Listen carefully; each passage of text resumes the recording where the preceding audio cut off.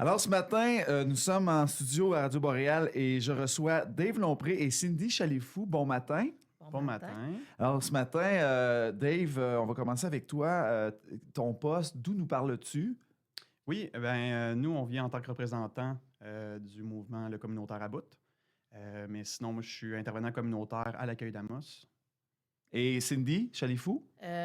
Aussi co-répondante pour le secteur et je suis à l'Élan, Maison des jeunes rurales. Et là, hier, officiellement, à 7 h du matin, la grève a été annoncée. On l'annonçait depuis un moment, mais c'est pas tout le monde qui le savait. Là, ça a été déclenché à 7 h hier, partout dans la province de Québec. Et vous en faites partie ici. Alors, combien d'organisations communautaires vous représentez? Bien, au Québec, on parle de plus de 1622 qui ont un mandat de grève au moment où on se parle, dans 17 régions administratives, dont la nôtre. Nous, on parle dans la MRC d'une douzaine de groupes qui ont adhéré, mais il nous manque encore quelques mandats de grève à recevoir et à comptabiliser. On parle de 50 groupes au niveau de la région. De la région de ou de la région. MRC? OK, de la région. On parle qu'il y a déjà une cinquantaine de groupes qui ont déjà leur mandat de grève. Puis c'est un moment historique au Québec parce que c'est les organismes communautaires de base. Fait que nous, qui avons déclenché cette grève-là, c'est pas des regroupements nationaux, c'est pas des regroupements régionaux. C'est vraiment nous, les groupes de base, qui a décidé de se lever.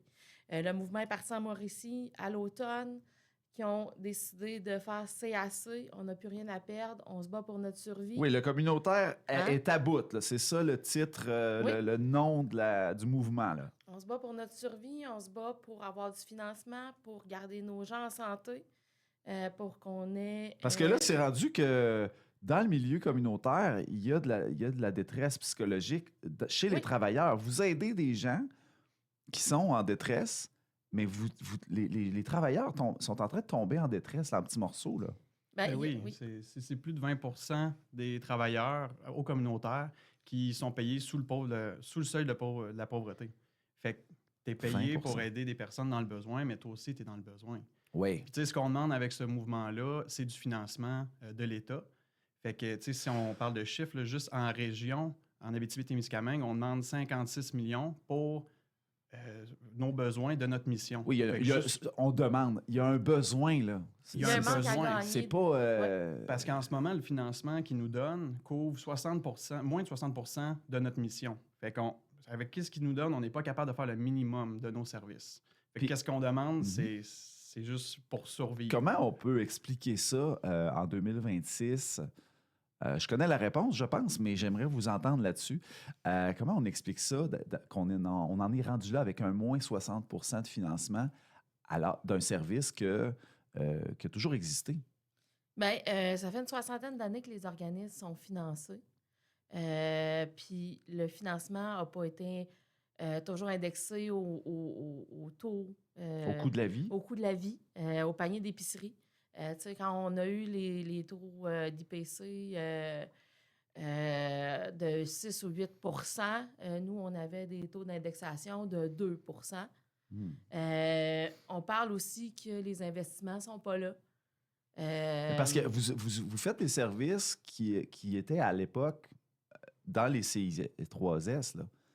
Non, pas nécessairement. Pas nécessairement, non? Souvent, c'est des besoins qui n'étaient pas couverts par un palier de gouvernement. Parce que dans les organismes qui sont en grève présentement, il n'y a pas que les organismes financés au ministère de la Santé. Je vais l'avoir. Hein? On est le matin. Hein? Merci. C'est parce que si on part de la base, un organisme communautaire, sa mission va venir d'un besoin des citoyens. Fait qu'il y a un manque de l'État ou du gouvernement, il y a un manque dans le système. Fait que là, les citoyens ils se regroupent ensemble, créent un organisme communautaire, puis de là que la mission peut évoluer. Puis, mais ça part d'un manque. Là. Souvent aussi, les organismes communautaires ont été créés de façon bénévole. Et à travers le temps, c'est structuré. Donc, a été chercher des gens qualifiés. De là qu'on demande des salaires puis qu'on demande d'être financé. OK. Admettons là, que vous êtes en grève. C'est combien de temps, ça? Présentement, c'est 2 semaines. Fait que c'est depuis hier, le 23 mars, jusqu'au 2 avril. Et qu'est-ce qui se passe pendant ces 2 semaines-là, de votre côté puis du côté des services? Mais c'est une grève de service. Fait que les employés, ils vont au travail, ils sont payés quand même, mais c'est des coupures de service qu'il va avoir dans les organismes. Fait que ce soit complet, tu sais, que un organisme ferme au complet, ou partiel, fait que c'est seulement certains services qui sont ciblés puis coupés. C'est ça qui se passe pendant 2 semaines.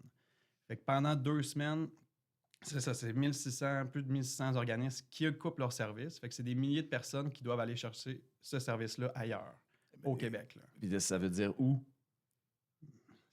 C'est ça que vous voulez démontrer. C'est ça qu'on va montrer. C'est ça que vous voulez on va montrer qu'on est un filet, on est la partie du filet social la plus importante, puis qu'on est, sans nous, sans le communautaire, c'est pas un bonus là, à la société. Là, on a besoin de nous ici.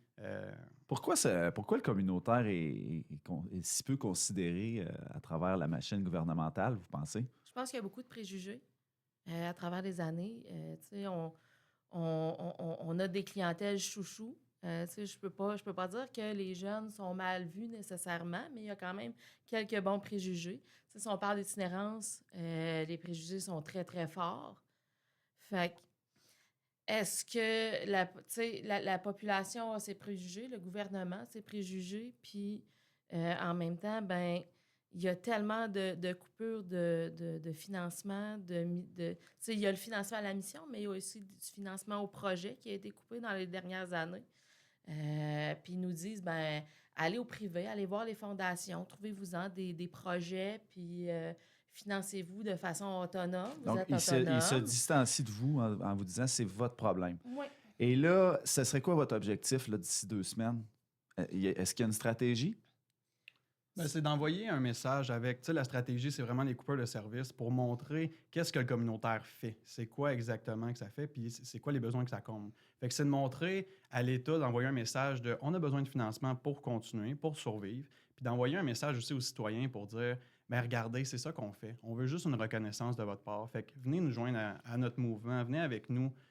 Comment on peut se joindre à vous? Comment on peut vous aider? Vous pouvez afficher sur vos Facebook le communautaire About en allant sur le about.info. Vous pouvez trouver tous les outils et les explications. Fait que vous renseignez. Portez un petit morceau de tissu rouge qui signifie que le tissu social s'effrite.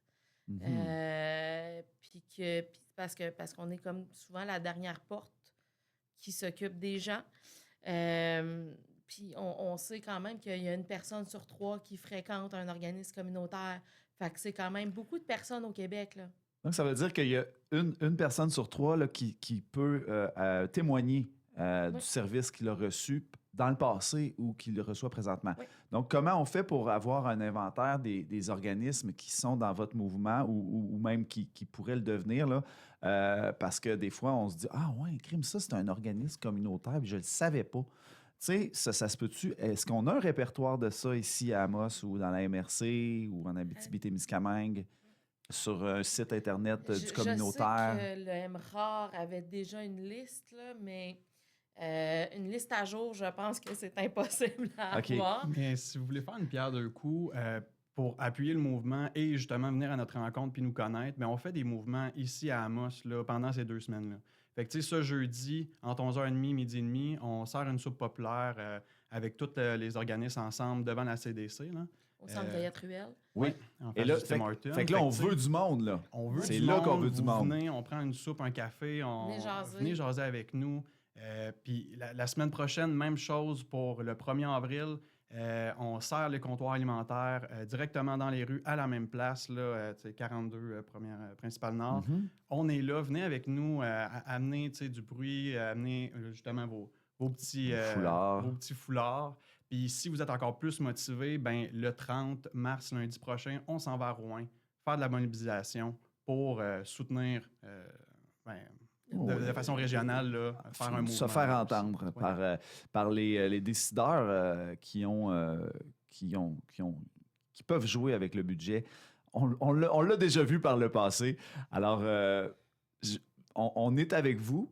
radio communautaire, on vous donne une voix. Alors, vous allez entendre des messages, chers auditeurs, sur nos ondes au courant de cette grève-là. Et bien évidemment, on vous suit, on vous appuie.